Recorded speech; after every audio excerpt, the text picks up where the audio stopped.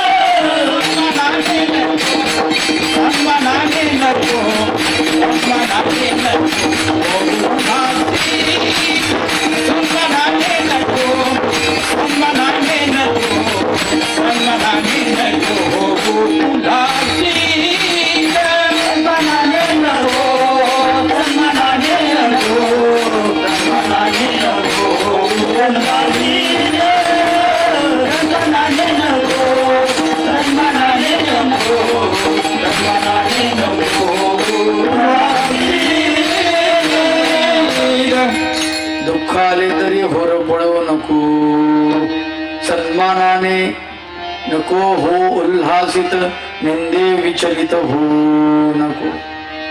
दुःख आले तरी होरपळू नको, सुखे जाऊ नको हुरळून. दुःख येणार आहे. तुम्हाला सांगतो, कुंती मातेनं भगवंताला दुःख मागितलं. भगवान गोपाल कृष्णाची आणि कुंती मातेची पहिली भेट झाली. त्यावेळेला भगवंताचं भक्ती करत असताना कुंती माता भगवंताची प्रेमिया भक्त आहे, लक्षात. भगवंता तिला विचारतात, आत्ते तुला काय देऊ, माग तुला काय पाहिजे असेल तर. ती भगवंताला म्हणते, प्रभू राया मला दुःखच दे. काय दे? दुःख. वेडी आहेस का ग आत्या, दुःख मागतेस? दुःख कोणी मागत असतं का? कशासाठी दुःख मागतेस? त्यावेळेस ती सांगते, देवा भगवंता सुखामध्ये तुझी आठवण येत नाही रे, दुःख आलं ना की तुझी आठवण येते. बघा तुम्ही, आपल्याला काटा टोचला की आपल्याला आईची आठवण येते, साप दिसला की बापाची आठवण येते, नाही का? रस्त्याने तुम्ही चालले, शेतकरी माणसं चालता चालता म्हणजे शेतामध्ये गेले, शेतातून बाहेर यायचं तुम्हाला, पण बाहेर येता येता बांधावरती साप दिसला, तुमचं लक्षच नाही, आणि एकदम तुम्ही उडी मारली, बापरे. नाही, उडी मारल्या माणूस काय म्हणतो, बापरे, दिसल्या दिसल्या साप. बाप किती असा अंगाशी भिडलेला आहे.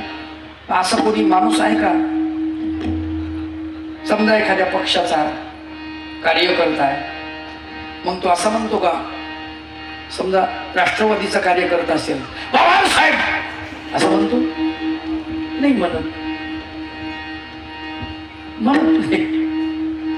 समजा भाजपचा कार्यकर्ता असेल, देवेंद्र साहेब असं म्हणतो?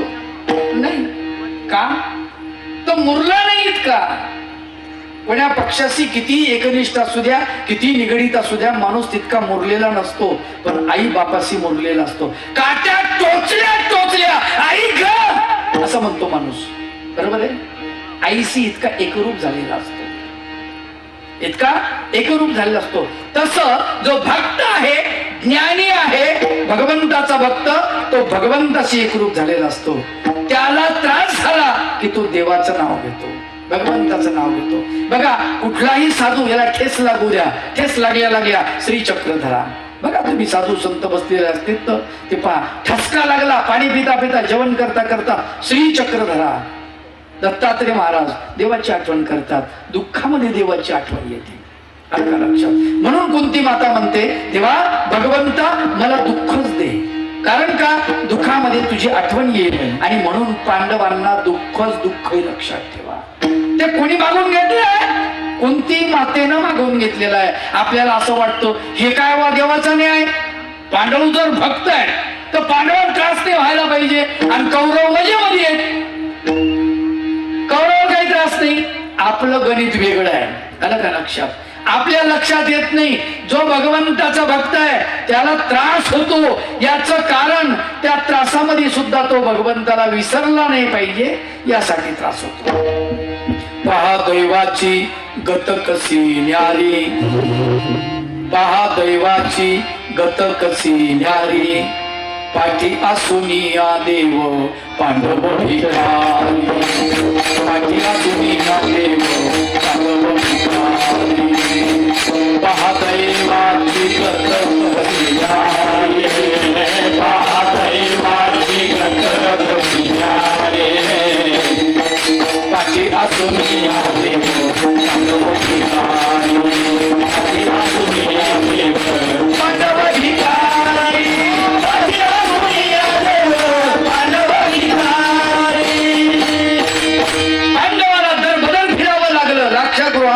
त्यांना कोंडावं लागलं अनेक संकट. 12 वर्षाचा वनवास, 13वं वर्ष अज्ञातवास, असे अनेक कष्ट त्यांना सहन करावे लागले. का? कारण भगवंताची जवळीक लाभावी अशी कुंती मातीची इच्छा लक्षात. म्हणून आपल्यावर जर दुःख आलं तर दुःख आले तरी होरपळो. आपण दुःखानं कोलमडून जातो माय बाप, हो नाही का? आपण असं म्हणतो सगळे लोक सुखी, मीच का दुखी? त्याचं बरं चाललंय, याचं बरं चाललंय, त्याचं बरं चाललंय, त्याचं बरं चाललंय, शेजारच्याचं बरं चाललंय, आमक्याचं बरं चाललंय, तमक्याचं बरं चाललंय, माझंच का तसं चाललंय? पण असं काहीच नसतं. आलं का लक्षात? घरोघरी मातीच्याच चुली. तुम्ही म्हणसान गॅस आहे आता नाही, मग लोखंडाच्या चुली सोन्याच्या आहेत का? नाही. सगळीकडे एकच गत आहे, सगळ्याच्या घरी सारखंच आहे. आलं का लक्षात? एक कुटुंब होते, कुटुंब, आणि त्याच्या घरी नेहमी हसण्याचा आवाज यायचा, जोर जोराने हसायचे. शेजारचे विचार करायचे एकाहून हसायले बुवा. मग एक दिवशी ते आले, तुमच्या घरी लय आनंद चालतो म्हणले, बुवा लय हसतात तुमच्या इथले दोघं, तुम्ही पती पत्नी खूप हसता, असं काय तुमच्या गमक आहे? तुमच्या घरामध्ये इतकं सुख नांदतं, तुम्ही जर आम्हाला मंत्र तो सांगितला तर आमच्याही घरात हास्य निर्माण होईल. ते म्हणे तसलं काही नाही, हसायचं भिसायचं काही नाही म्हणे. ते काय म्हणे आमच्या दोघांचे होतात म्हणे भांडणं. भांडणं झाल्यानंतर मग काय होतं म्हणे, मला जर राग आला ना म्हणे तर मग मी चहा मागितला आणि तिने जर लवकर दिला नाही तर मग मला राग येतो, मी खवळतो म्हणे. मग मी काहीतरी फेकून मारतो म्हणे, इकडून फेकून मारलं तर लागलं तर ती रडते, मी हसतो म्हणे. आणि ती कपाशी फेकून मारते म्हणे तिकडून, तिने कपाशी फेकून मारली, मला लागली तर मी रडतो म्हणे, ती हसते म्हणे. आणि मला नाही लागली समजा तर मी हसतो, ती रडते म्हणे. आणि मनातच फुटली तर आम्ही दोघंही रडतो म्हणे. मग म्हणजे असं आमचं हसणं रडणं चालू राहतं म्हणे. तुम्हाला वाटतं काय भानगडे, चुकातच आहे? कोणीच सुखात नाही, सगळीकडे दुःखच आहे. आलं का लक्षात? कुणाला कशाचं दुःख आहे, कुणाला कशाचं दुःख आहे, कुणाला कशाचं दुःख आहे. म्हणून तुम्ही मात्र त्या दुःखानं होरपळून जाऊ नका, खंबीरपणे उभं राहा. कारण का? दुःखामध्येच माणूस तावून सुलाखून निघत असतो आणि तिथेच आपली खरी किंमत कळत असते. आलं का लक्षात? खरी किंमत. सोन्याला अलंकारित करण्यासाठी त्या सोन्याला तापवावं लागतं. सोनं तपतं, लाल बुंद होतं आणि मग त्यानंतर त्याचा अलंकार घडला जातो. आणि मग तो आपल्या पोटामध्ये, अंगामध्ये, कानामध्ये अगदी सुंदर दिसतो अलंकार. लक्षात ठेवा. तसंच आपले माणूस घडायचा जर म्हणलं तर त्याला दुःख पाहिजे. स्वामी चक्रधर महाराज म्हणतात, सुखाच्या साधनानं देव पावत नाही. स्पष्ट सांगितलं भगवंताना. गादीवर झोपले देव पावणार नाही, खाली झोपा म्हणले. उत्तम भोजन असेल, सुखम भोजम मठम निद्रा, देव पावत नाही. भली खाली गादी आहे, 4-5 गोदड्या घेतल्यावरून पहाट जाग येणार नाही. एका झोपीमध्ये जाग आली पाहिजे, म्हणजे दुःखच पाहिजे. लक्षात ठेवा. साधक आपल्याला त्याच्या पायामध्ये वाहन दिसत नाही, त्याच्या अंगावरचे कपडे कळकट मळकट दिसतात. आलं का लक्षात? ते सगळं पाहत असताना आपल्या असं लक्षात येतं, असं काऊन दिसतो बा दरिद्र्यासारखं? दरिद्री नाही, तो महाश्रीमंत आहे, महाश्रीमंत आहे. तो देवाचा भक्त आहे. आलं का लक्षात? देवाचा भक्त आहे आणि म्हणून तो तसा आहे. त्याला देवा वाचून काहीच आवडत नाही. आलं का लक्षात? त्याला कपडा आवडत नाही, त्याला खाणं पिणं आवडत नाही, चांगलं खाणं आवडत नाही, त्याला का एकदम असं चार लोकात बसणं आवडत नाही. तो उदासीन नसतो. लक्षात ठेवा. कसा असतो तो? उदासीन असतो. कारण भक्ताची लक्षणच ते. भक्ताचे काय लक्षणच आहे? तो उदासीन असतो. बाह्य वेश सारा मलिन कुचीर, बाह्य वेश सारा मलिन कुचीर, बाह्य वेश सारा मलिन कुचीर, बाह्य वेश सारा मलिन कुचीर, बाह्य वेश सारा मलिन कुचीर, बाह्य वेश सारा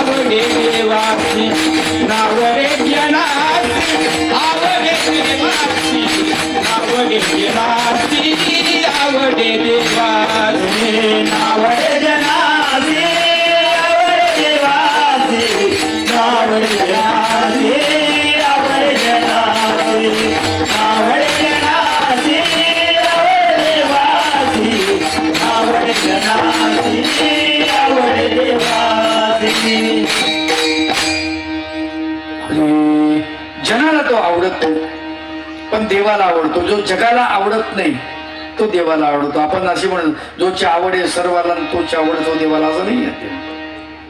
जन त्याची निंदा करतात, जन त्याला बाजूला टाकतात. लक्षात ठेवा. पण त्याची अवस्था मात्र वेगळीच असते. म्हणून दुःखानं तावून सुलाखून निघाला की माणूस परिपक्व बनत जातो. लक्षात ठेवा. समाजामध्ये तुम्ही पहा, ज्या माणसानं जास्त दुःख सहन केले तो माणूस खूप वर जातो. ज्या माणसानं खूप हाल अपेष्टा सहन केल्या तो माणूस खूप पुढे जातो. आणि ज्याच्या घरी गडगंज संपत्ती आहे त्याला पुढे जाण्याचा प्रश्नच नाही. ते म्हणतं आमचं आहे, व्यवस्थित आहे, आम्हाला काही गरज नाही. ही अवस्था आहे. लक्षात ठेवा. म्हणून दुःख जे आहे की नाही ते फार महत्वाचं आहे. दुःख आले तरी ओरपळू नको, सुखे जाऊ नको हुरळून. संत सांगतात सुखानं हुरळून जाऊ नको रे बाबा, आणि दुःखानं होरपळू नको. आमच्या मानव संप्रदायामध्ये सुंदर एक माता आहे जिचं नाव लामाईसा, भक्त लामाईसा. ही लामाईसा देवाच्या दर्शनाला आली नाही. सर्वज्ञ श्री चक्रधर प्रभूंच्या 2-3 दिवस झाले आणि मग तिची मुलगी आली. एक दिवस वेळ काढून आल्यानंतर स्वामी तिला म्हणतात, बाई तुम्ही आलात, तुमची आई आली नाही आणि 2-3 दिवस तुम्ही आले पण नाही दर्शनाला, काय भानगड आहे? भिक्षेला गेले नाहीत असं का?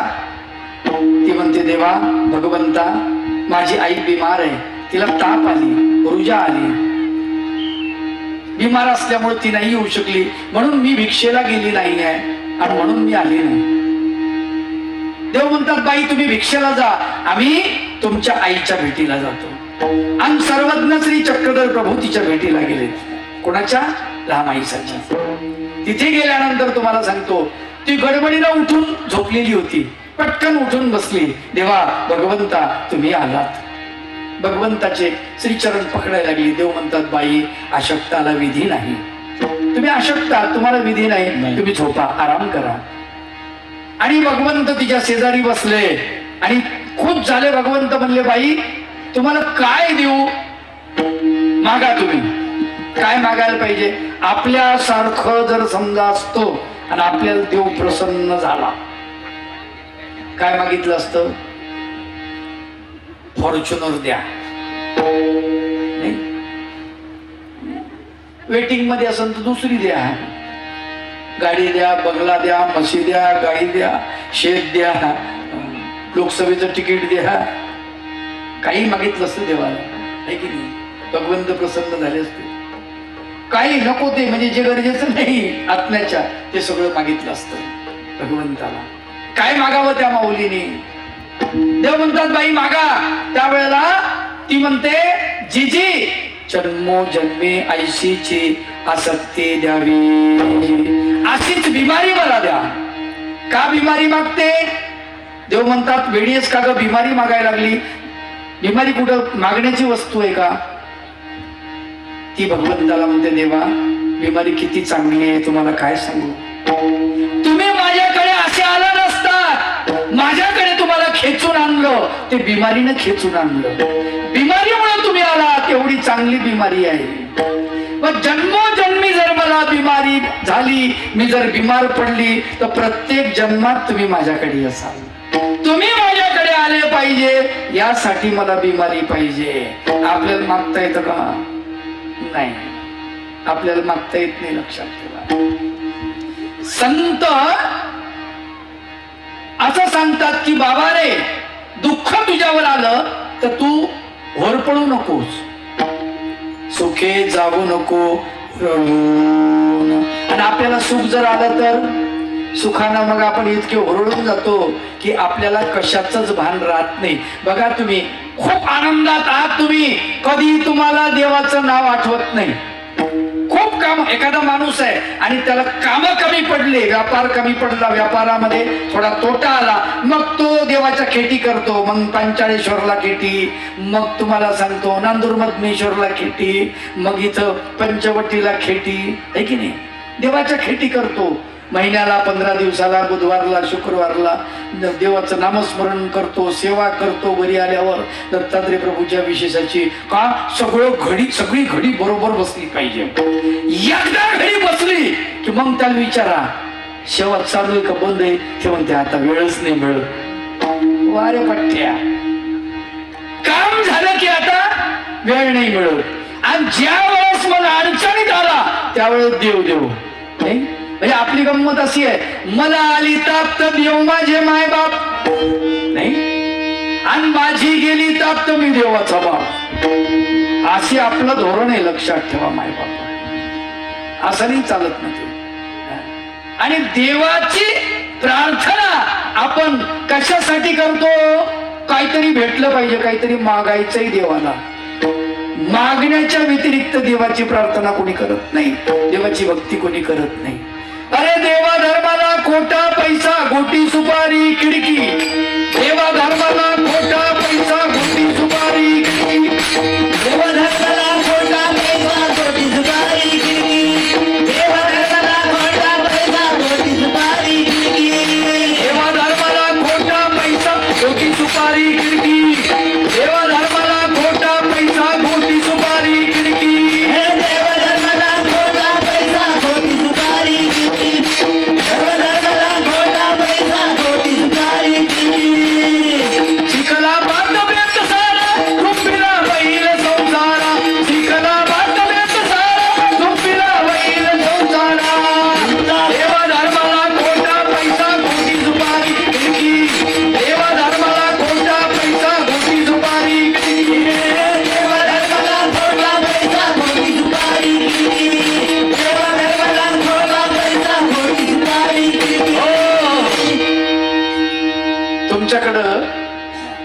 देवाला नारळ वाहिलं, विडा वाहिला, आणि मग ते पुजारी बाबा प्रसाद देतात. मग तुम्ही फोडता एक तर तिथंच. फोडल्यावर ते नारळ जर खराब निघालं तर काय म्हणता? तुमच्याकडे काय म्हणतात? आमच्याकडे पावलं म्हणतात, तुमच्याकडे पावलंच म्हणतात का? बरोबर आहे. आमच्याकडे तिकडे पावलं असं म्हणतात, नारळ देवाला पावलं. खराब निघालं तर देवाला पावलं, आणि चांगलं निघालं तर आपल्या तोंडाला नाही चावलं. हा, तर चांगलं निघालं तर आपण खायचं, आणि खराब निघालं तर देवाला पावलं. वारे वा पठ्ठे. सुपारी पाहिली का? सुपारी, हे दुकानदार लोक मोठे हुशार असतात, त्यांच्याकडे जर तुम्ही गेले सुपारी द्या, ते म्हणते कशाला पाहिजे? देवाला पाहिजे. तर त्याचं नाव ठेवलं देव सुपारी. काय नाव ठेवलं? देव सुपारी. बारीक, अगदी कुत्र्या पुढे टाकलं तर ते बी खाणार नाही, बरोबर आहे? बारीक सुपारी. माणसं तर सोडून द्या, आपल्याला पाहिजे खायची म्हणलं तर हे टप्पुरी आपल्याला चांगली.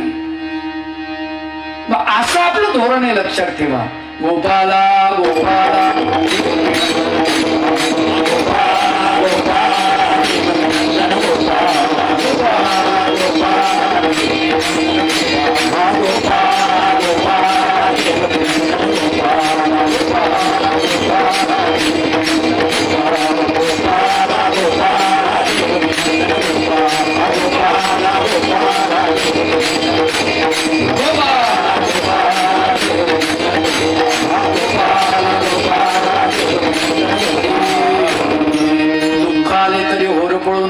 सुखे जाऊ नको हुरळून. सुखानं हुरळून जाऊ नको, दुःखानं हुरपळू नको, संत सांगतात. पण सुख आलं की आपण देवाला विसरून जातो.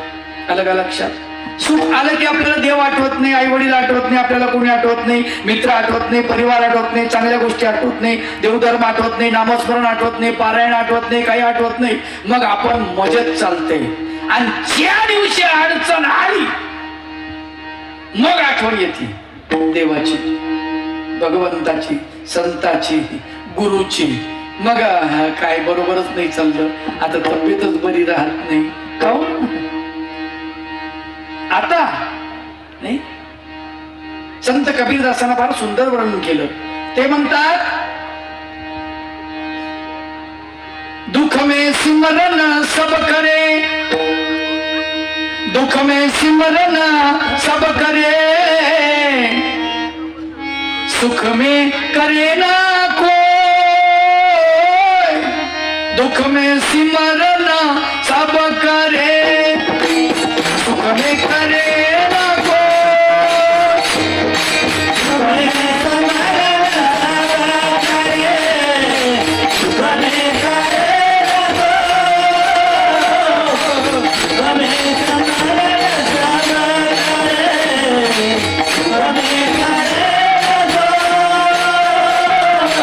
सुख में सिमरन सब करे,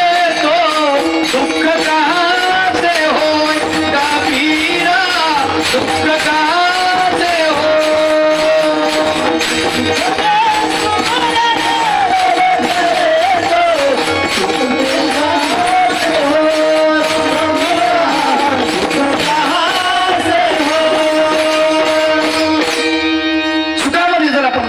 करे चिंतन केलं तर दुःख येईल का? मला सांगा, येणारच नाही.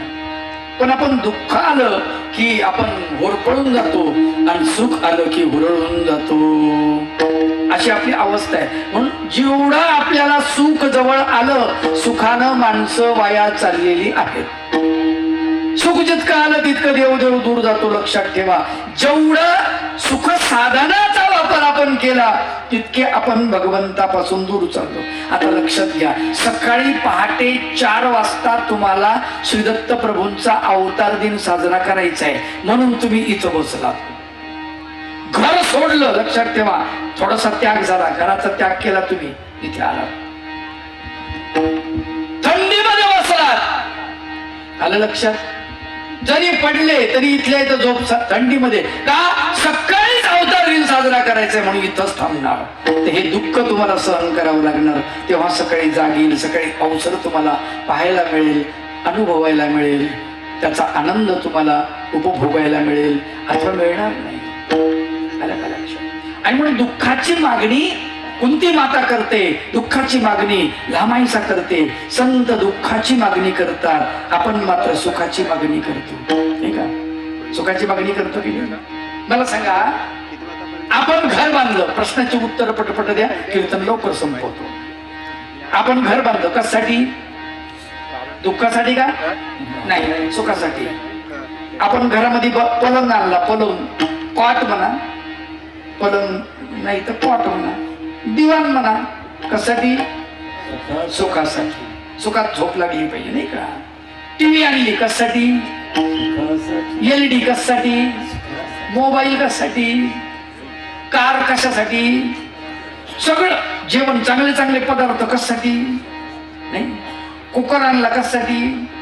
सुखासाठी, म्हणजे त्रास नाही झाला पाहिजे. आता पोळ्या लाटायचं मशीन बी आणलंय, हाताला त्रास नको नाही. उंडा बनवायचं मशीन बी आणलं, आता कशासाठी? सुख. फार लक्षात घ्या, प्रत्येक प्रश्नाचं उत्तर काय? सुखासाठी. तुम्ही जी जी क्रिया करता या जगामध्ये, ती सगळी क्रिया, प्रत्येक क्रिया तुम्हाला सुख भेटलं पाहिजे असं वाटतं, म्हणून तुम्ही ती करता. मग सुख मिळतंय का? ही मोठी गंमत आहे. मिळत नाही, मिळत मात्र नाही, सुख मात्र दूर आहे, कोसो दूर आहे. सुखासाठी तुम्ही प्रयत्न करता जरूर, पण सुख भेटत नाही. सुख कसं राहतं तुम्हाला सांगतो. ते उन्हाळ्यामध्ये जंगलामध्ये जशी झळ्या असतात की नाही, झळ्या, त्याला काय म्हणतात तुमच्याकडे? झळ्याच म्हणतात. हा, आमच्याकडे झळ्या म्हणतात, तिकडे विदर्भात सावा म्हणतात. तसे त्या लहरी दिसतात. मग असं वाटतं की पाणी आहे काय की, नुसत्या झळ्या असतात. काय वाटतं दूर पाहिल्यावर? पाणी असल्यासारखं. मग ते हरण जे आहे की नाही, ते हरण पाणी म्हणून पळत जातो त्या झळ्याकडे. तिकडे गेल्यावर त्या झळ्या पुन्हा पुढे दिसतात, तिथे गेल्यावर त्या झळ्या पुन्हा पुढे दिसतात. असं दूर दूर दूर दूर तसा प्रपंच आहे. इथे सुख भेटणार नाही. एखाद्याला म्हणलं का कस काय बरं चाललं का? म्हणले आता सुख नाही हो. काही अनुभवी लोक असतात प्रपंचातले, आता सुख नाही, पण लग्न झालं म्हणजे सुख आहे. ते म्हणले असं आहे का? मग करा लग्न. करतात लोक लग्न. लग्न झाल्यावर तरी सुख आहे का? नाही. मग तर आणा सुरू होतो नाही. लग्न झाल्यावर काय? आणा, साखर आणा, चहापत्ती आणा, शेंगदाणे आणा, गूळ आणा, मसाला आणा, तांदूळ आणा, गहू आणा, ज्वारी आणा, सगळं आणाच नाही. आणि त्याच्यात माणूस परेशान होतो.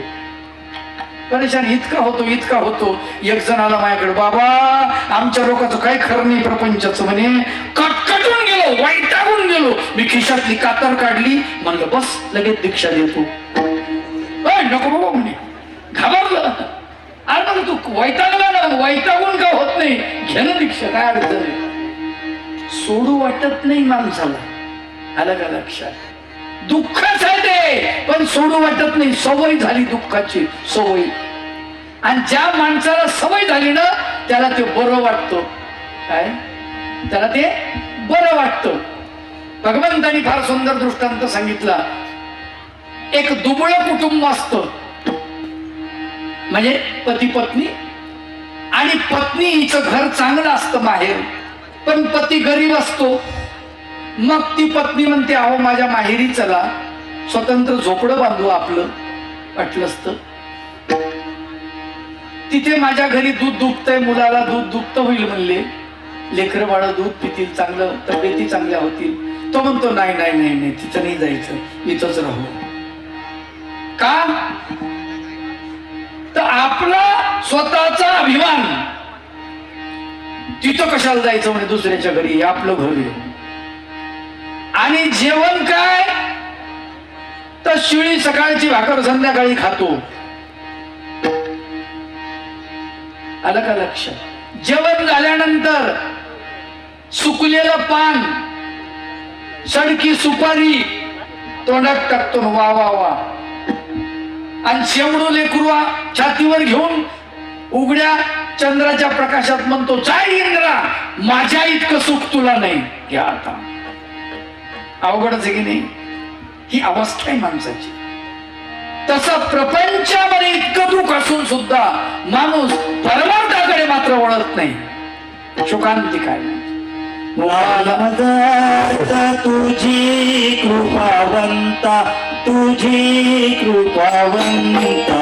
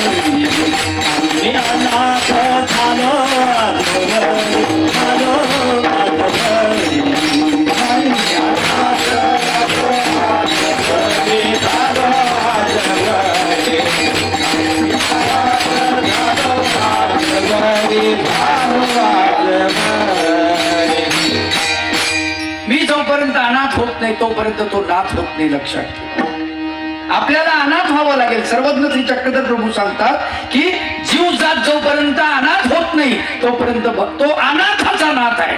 नाथ जरूर आहे भगवंत, पण कुणाचा? जे अनाथ आहे त्यांचा. तो कृपाळू आहे भगवंत, तो आपल्यावर कृपा करतो, पण आपण कृपेला पात्र झालो पाहिजे. आणि दुःख आपण सहन केल्याशिवाय कृपेला पात्र होऊ शकत नाही. सुखाच्या मागे जाऊ नका. काय सुखाच्या मागे जाऊ? सुख नाहीच आहे. संत तुकाराम बाबा वर्णन करतात, सुख पाहता जवा पाडे दुःख पर्वता एवढे. दुःख मात्र डोंगरा एवढे म्हटले आणि सुख अगदी थोडंसं आहे. मग या थोडस सुखासाठी आपण किती धडपड करतो आई बापा. लक्षात घ्या. संसार दुःख मूळ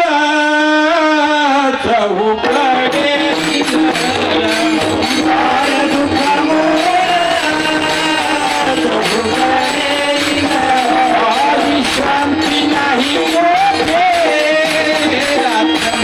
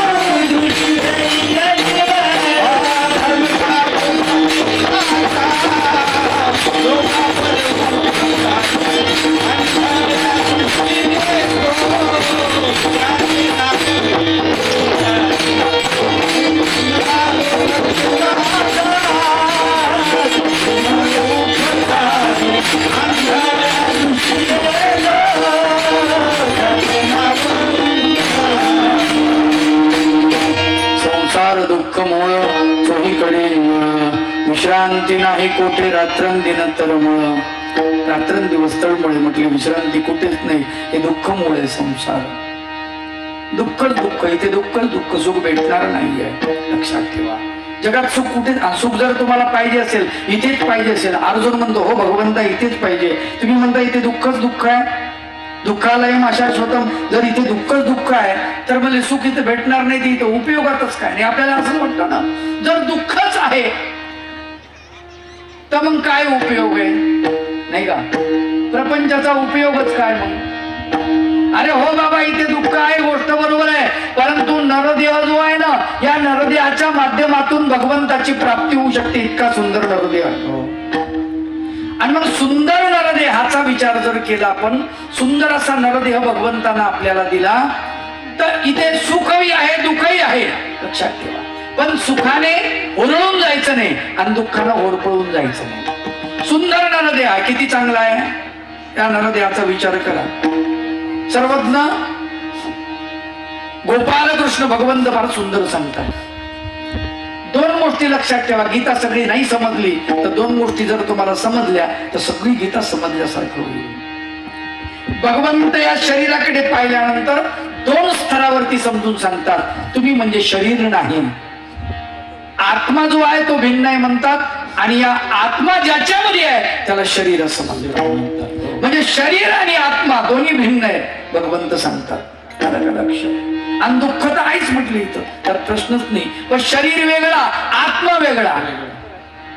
नैनम छिद्दन्ति शस्त्राणि नैनम दाति पावक न चैनम क्लेदयन्ति आपण शोषयति मारुत. हा शस्त्राने छेदला जात नाही, पाण्याने म्हणजे पाण्यात भिजत नाही, वाऱ्याने सुकत नाही, अग्नीत जळत नाही. फार सुंदर वर्णन करतात. पण शरीर मात्र वासांश जीर्णानि यथा विहायो नवानि विहाति नरोपरन्ति तथा शरीरानि विहाय जीर्णानि ज्ञान संयाति नवानि ज्ञानि संयाति नवानि ज्ञानि संयाति नवानि. वासांश जीर्णानि यथा विहाय, कपडा जीर्ण झाला की ज्याप्रमाणे आपण टाकून देतो आणि दुसरा कपडा परिधान करतो, त्याचप्रमाणे हा आत्मा हे शरीर जुनं झालं की टाकून देतो. तथा शरीराने विहाय जीर्णा निंद्यानी संयाती नवारुणी, आणि नवीन शरीर परिधान करतो, स्वीकार करतो हा आत्मा.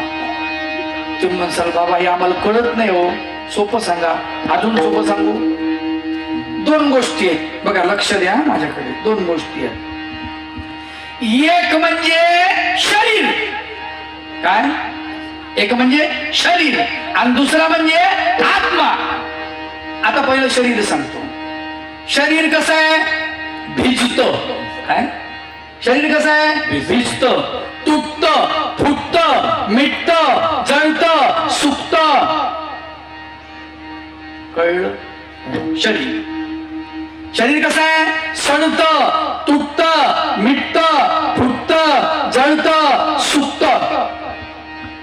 आणि आत्मा या शरीरात असलेला तो कसा आहे? मिटत नाही, तुटत नाही, फुटत नाही, सुकत नाही, जळत नाही, कुडत नाही, असा आत्मा. समजा आता. आता एक असा आहे की जळत आणि एक असा आहे की जळत नाही. जळत नाही तो आत्मा जळणाऱ्या शरीरामध्ये राहतो. कुठं राहतो? जळणाऱ्या शरीरामध्ये. तुटत नाही तो आत्मा तुटणाऱ्या शरीरामध्ये राहतो. मिटत नाही तो आत्मा मिटणाऱ्या शरीरामध्ये राहतो. भिजत नाही तो आत्मा भिजणाऱ्या शरीरामध्ये राहतो. सुकत नाही तो आत्मा सुकणाऱ्या शरीरामध्ये राहतो. ही मात्र गंमत आहे. तो मात्र तुटत नाही, फुटत नाही, मिटत नाही, सुकत नाही, जळत नाही. पण शरीर मात्र जळत, सुकत, तुटत, फुटत, मिटत. असा दोन भेद भगवंतांनी केलेले आहे. आणि मग या प्रपंचामध्ये इथे या शरीरामध्ये आपण आलो कशा करता आलो? नाही एक महत्वाचे का आला रे बाबा? जन्माला का आला? नाही तर आपली गंमत अशी, जन्माला हेला आणि पाणी वाटा मी हेला. जन्माला का आला प्रश्न जर विचारला आपल्याला उत्तर देता आलं पाहिजे. जन्माला काही जेवायसाठी झालो का आपण? लेकरं बाळाला जन्म द्यायसाठी झालो का? विचार करा. एकाला प्रश्न विचारला मी, का रे बाबा मनुष्य जन्मामध्ये येऊन काय केलं? त्याचं उत्तर दे. तो म्हणाला बाबा मी सुंदर गातो म्हणाला. अरे वा, सुंदर गातोस? लेह आरोह अवरोह अगदी सुंदर वेगवेगळ्या राग रागिण्या सुंदर गातो म्हटले मी. माझे प्रोग्राम असतात. म्हटलं बरं ठीक आहे. हे गाण्यासाठी तुला किती मेहनत घ्यावी लागली? म्हणले खूप मेहनत घ्यावी लागली. अरे म्हणलं रेड्या तुझ्यापेक्षा कोकिळा गाते ना रे. कोकिळा मंजुळ गात असे वाणी शिकविता धनी वेगळाची. तिने काही कुठं रियाज केली नाही, प्रॅक्टिस केली नाही, काही नाही. तुझा गळा खराब होतो गुळ खाऊ खाऊ परेशानी नाही. सकाळचं संध्याकाळचं कीर्तन जर झालं तर बस गळा बसला. नाही, पण त्याचा बसतो कोकिळेचा नाही. किती सुंदर आवाज आहे. अरे वेडे, याच्यासाठी तुला मनुष्य जन्म भेटला नाही. तू मनुष्य जन्मावर येऊन काय केलं? एकानं उत्तर दिलं, म्हणले बाबा सुंदर घर बांधलं. म्हणले मी अगदी सुंदर. फरशी आपली इटालियन फरशी आहे म्हटलं. आपल्या फरशीवर असं आहे म्हणले, उन्हाळ्यामध्ये थंडी आणि हिवाळ्यात गरम अशी फरशी बसवली म्हणले आपण. साग तिकडून परतवाड्याकडून आणलेला आहे म्हणले. असा साग आहे 1000 वर्ष त्या सागाला काहीच होत नाही. दरवाजे खिडक्या वगैरे सगळे त्याचे आहेत. फर्निचर त्याच आहे. पडदे विदेशातून आणलेत म्हणले. आणतात लोक विदेशातून पडदे. आता तुम्हाला सांगायची गरज नाही.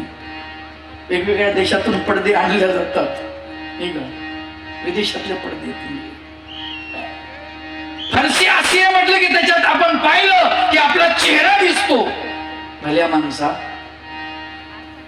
फरशी तर चांगली आहे पण तुझा चेहरा चांगला आहे तो बघ जरा ओरबडल्यासारखा दिसतो. तुझ्या चेहऱ्यावरती